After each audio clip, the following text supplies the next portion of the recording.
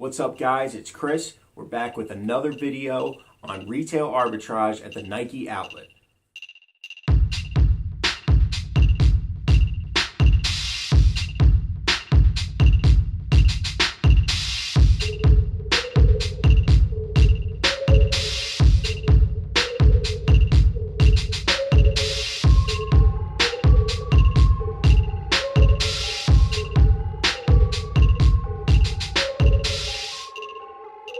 So last week I posted a video of my first trip to the Nike outlet and the first pair of shoes, new shoes that I bought to resell on platforms like eBay, Depop, Mercari, etc.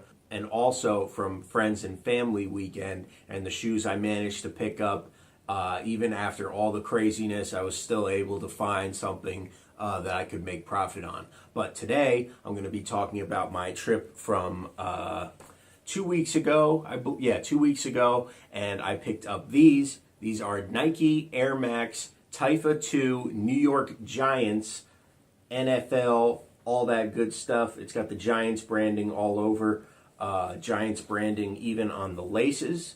I don't know if you can see. Yeah, Giants on the tongue, Giants on the back loop, the Giants team colors. The striping on the interior, it's very cool. I was able to buy 4 pairs of these. These were all on the clearance wall in the back.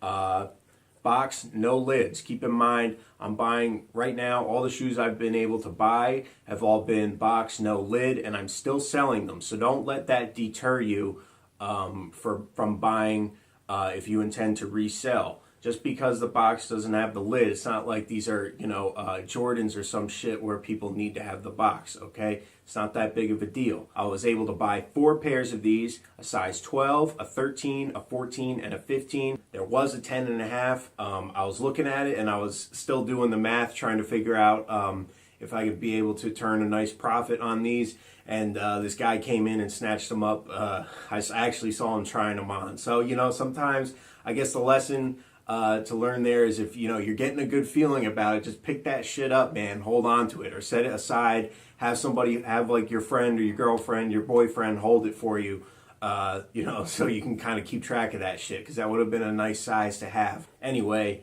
these retail for $110. They were on sale for $35 on the clearance wall, which was a sweet deal, but there was an additional 20% off going on, so I managed to get each pair for $28, which is pretty fucking nice. I was able to sell the 13 for $80 shipped on Mercari, which landed me a really nice profit of around like $32 after shipping and fees, initial investment, etc. It's a really cool app for buying just about anything. They have a lot of stuff and you can find some real steals on there depending on what you're looking for. If you're not familiar with it, it's very similar to eBay, but it has a much cleaner, user-friendly interface.